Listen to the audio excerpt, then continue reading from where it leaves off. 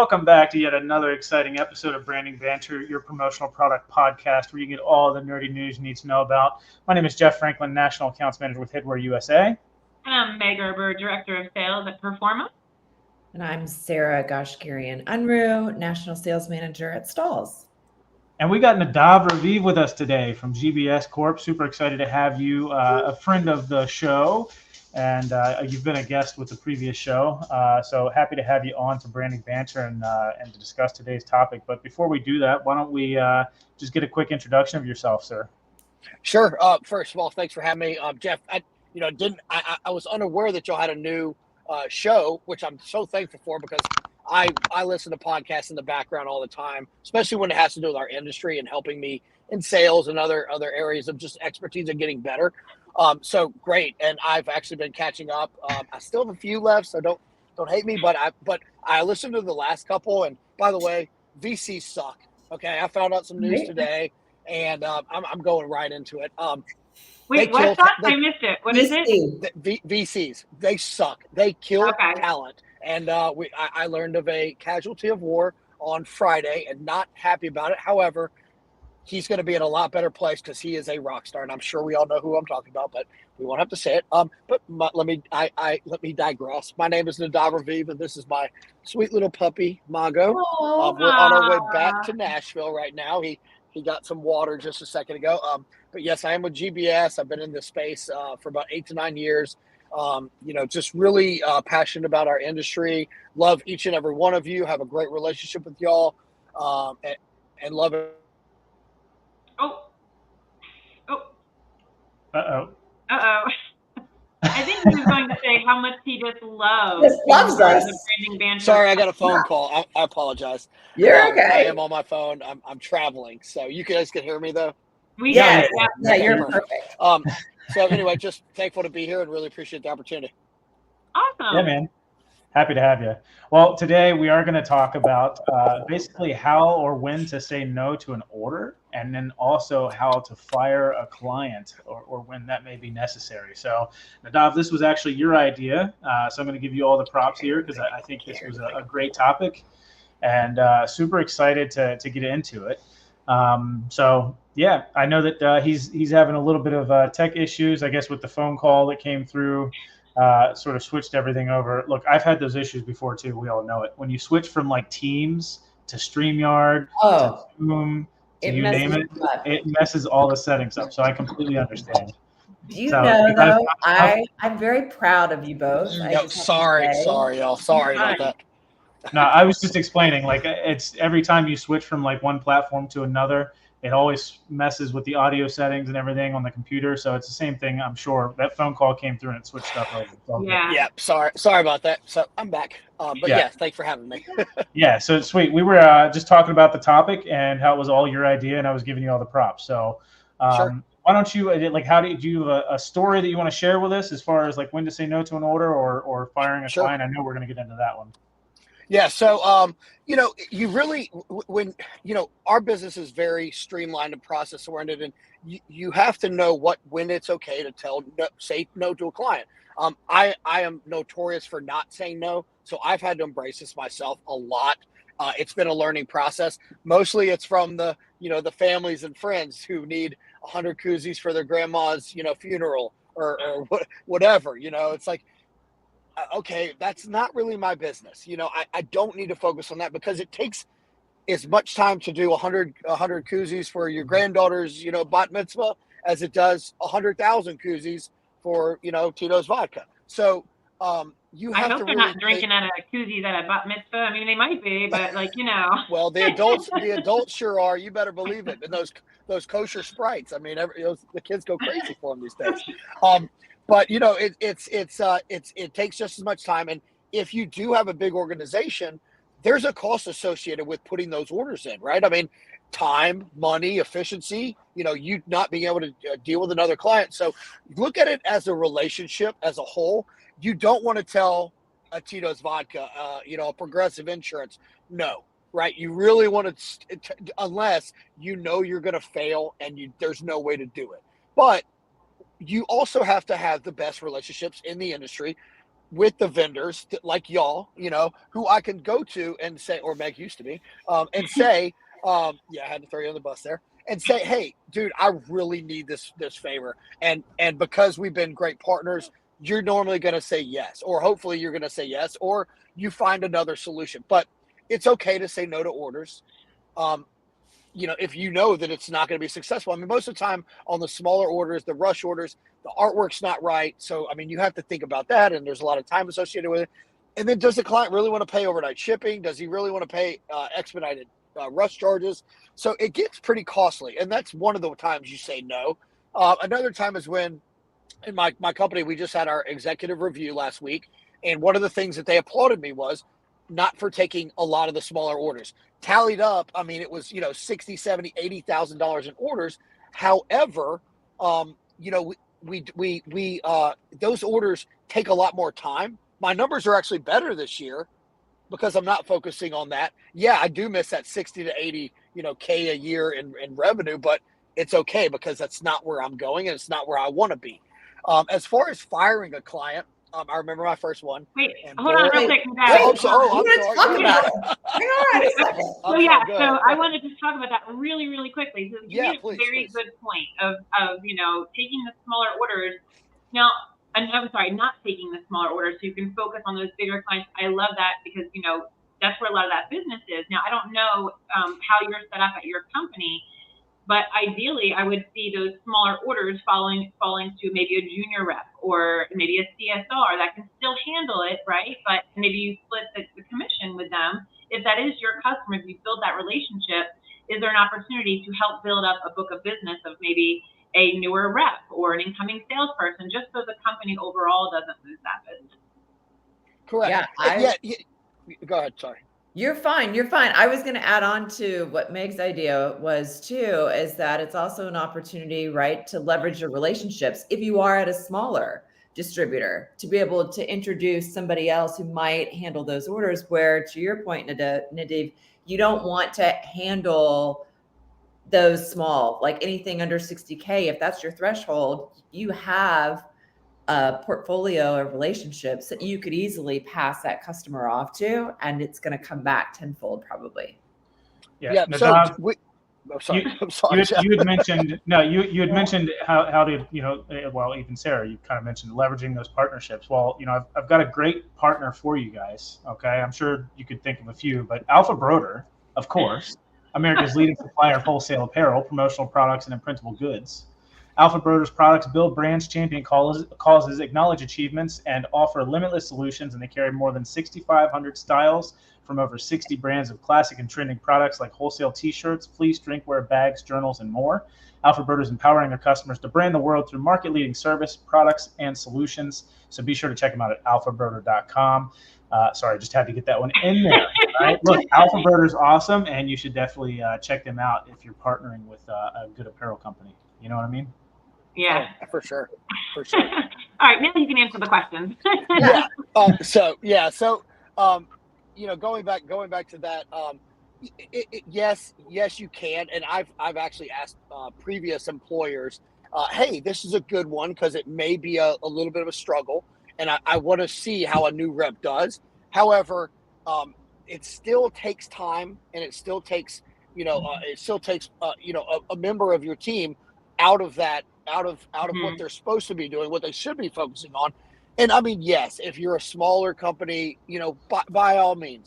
But if somebody says they need 100 koozies, I mean, I hate to say this, but there is a 4 imprint for them. I mean, I don't love turning away business, but you know what? If it's not qualified, then it's not qualified.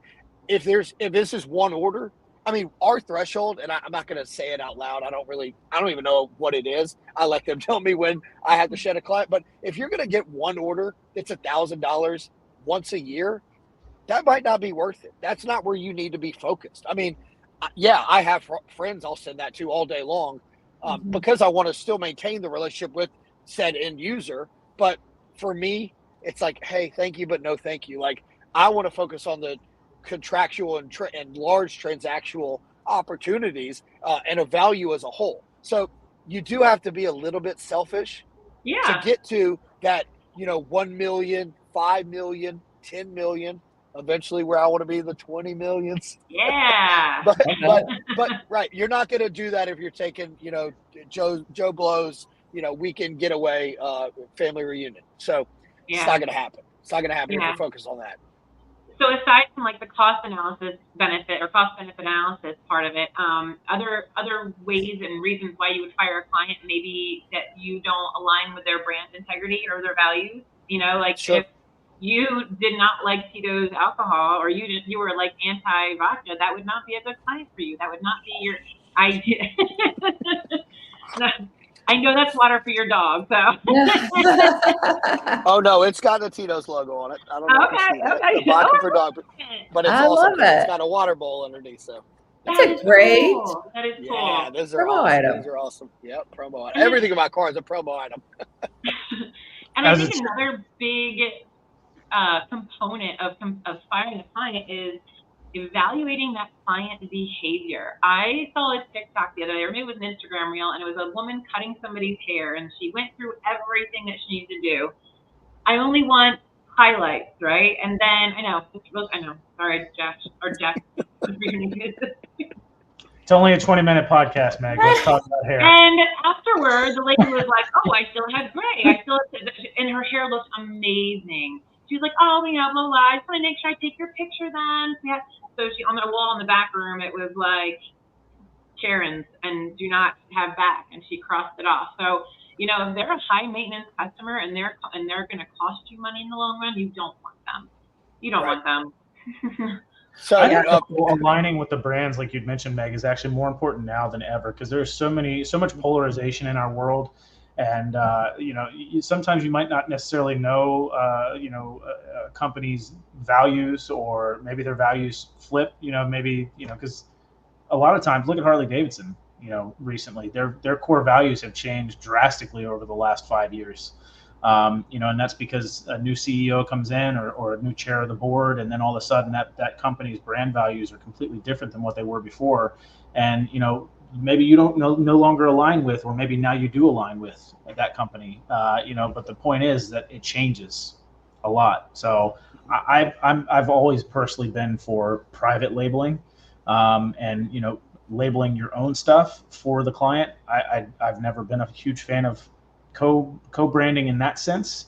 But, I know, Meg, your former employer, love to work with different brands and things like that. So I mean, it's part of the industry, and that segment of our industry has grown a tremendous amount. But it's something that definitely takes some consideration. Absolutely.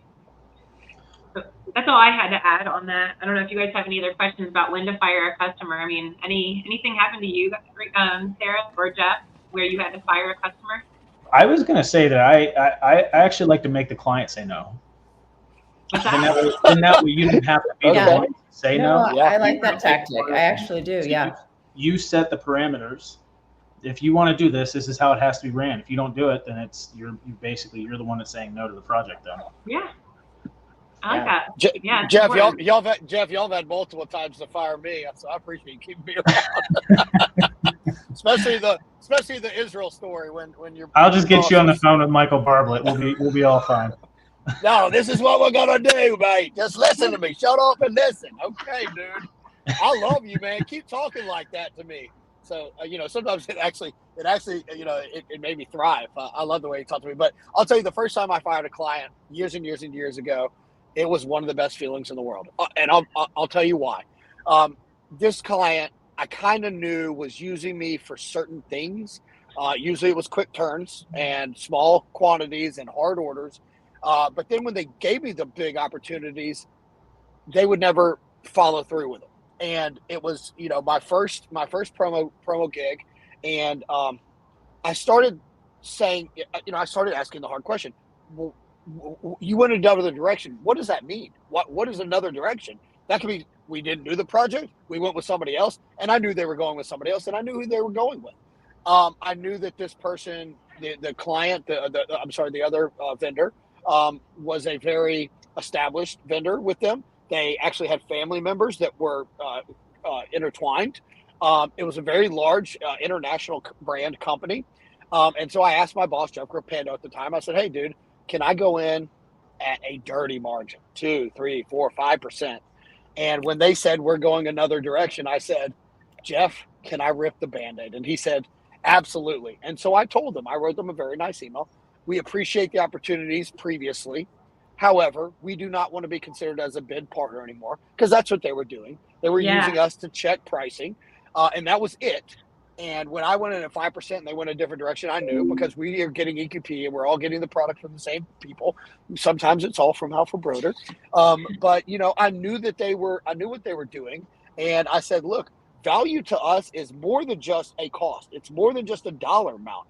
It is a relationship. It is the time we spend together. It's me getting to know your brand, me getting to know your brand guidelines, me being able to anticipate your every move, your marketing calendar. I want to know that last year, hey, we got your event coming up in 3 months. Last year you did lanyards, koozies, whatever. How about this year we throw something else in there, but here's your checklist for all the other items you have. So I want to be able to align myself with them to the best of my abilities. And when you don't let me in the door, there's a reason for that. And that's not the type of business I want to do. I understand that everybody has multiple vendors, but if I come to you every single time and you tell me no, you tell me no, you tell me no, and then when you have a Chinese fire drill, you're like, Nadav, get on it now, do it. Like, no, I'm okay. I'm good. Thank you for the opportunity. Especially in a situation like that where you go in at, dirty cheap, like 5%, and you're still told no when you're almost assured that, the product is the same from the same supplier and everything. Yeah, there's no reason to continue wasting your time or spinning your wheels with that person, for sure. Yeah. I work under the philosophy of, like, if you think about quality, price, and speed, like, if you're going to lose me on price, and that's fine. Like, I don't want that business in the first place. Like, I know I can probably get it done faster, and I know the quality is going to be exactly what you want. And I know that relationship is there, and I'm going to then push for you. But if it's just going to be over pennies, then you're not the right partner, right? For me. And Correct. I think that's important to your point. Like, I was just out even from a supplier standpoint, right? We often look as to where we can partner. And so we were just out with a potential partnership customer of ours, like in an area that we know does a lot for the industry. And one of the reasons that even brought us to the table was the fact that the missions align. And so that's super important. The values are going to be there. So we know if we then are sending our customers there from a decoration standpoint, right? They stand true to what matters the most to us, which is that quality and the speed, that satisfaction that they get from customers. They're not the cheapest, and that's okay. We're not either. So. No, I agree with that. But the quality of relationship. But the quality and the relationship and the speed is there, right? And so you're always going to be satisfied with the product that you're going to get. If not, we're going to stand behind our word and we're going to make it right. Whatever that means, right? Yeah. We're going to help make it right. And to me, that's more important than fighting over the pennies. Yep. And then now I fired a customer once. Yeah. Yeah, let's hear it. Do tell. So I was a distributor. I had the opportunity for an RFP. I won the RFP. I was so excited. I was like, this is my first big order. I mean, I was in person for them reading it. I was just so proud that I worked so hard on this, and then I won it. And I did a lot of work, right? So they had specific jackets. They wanted specific shirts. I worked with the vendors, and I had a decoration partner, which is where this all came into play, because I had a certain decoration partner that was like, okay, we're going to work out a special price for you for this whole program, which helped me at least make 25% margins, right? I'm barely making money, but I knew I wanted to win this order. It was a very big order. So I won it. I go to start getting the orders, and the lady's like, we'll email you when we're ready. And I was like, okay. And then the next thing I know, maybe a couple weeks went by, and I started getting scathing emails from the different departments asking where their orders are. And then the one guy specifically said, I don't need to send you my artwork. They already have the artwork on file. Well, I was buying the blank from them and sending it to my decorator. But apparently this same place does decoration, but that never was like listed anywhere in the RFP. And that would have put me like $20 over said price I quoted. And I would have been taking like multi-$1,000 loss. And I was like, absolutely not. it was just so unprofessional from start to finish. I mean, I wouldn't say start to finish, but once the RFP was done, from that moment on, and I was like, this is not for me. I am not working this hard to make no money. Like, I'm not paying them. Right, you're not paying them for the order. That's the last thing you do, right? It's like, I'm not paying you to work. So it's funny though, because that same customer, I see them all the time when I'm in New Jersey, a specific town, and I'm like, oh, those are those jackets I never did. I'm like, I wonder who got ripped off. Those hurt. I had a big RFP, the same thing, and I did their whole program for them. The company, one of my previous employers, wouldn't buy that said client out of their current contract. So now whenever I see them delivering their soda pops at the grocery store, I'm like, I came up with your apparel program, the whole thing. That's the kind of people we are, because we know. We know how much it costs. So we know all of it.